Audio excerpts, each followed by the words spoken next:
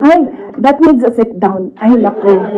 Ay, talaga. Sasabihin ko sa'yo, paano ko nalaman na gusto ni, na plano or gusto ni Martin Romualdez na mag-president? Ay, naku.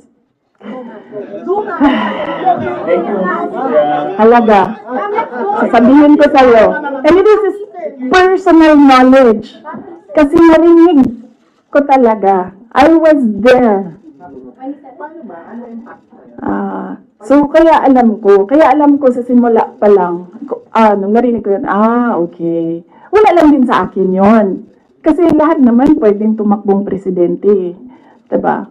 Ang hindi ko lang in-expect, yung gagamitin mo yung buong gobyerno para sirain yung isang tao. Yan din. Kailangan magdesisyon ng taong bayan. Gusto niyo ba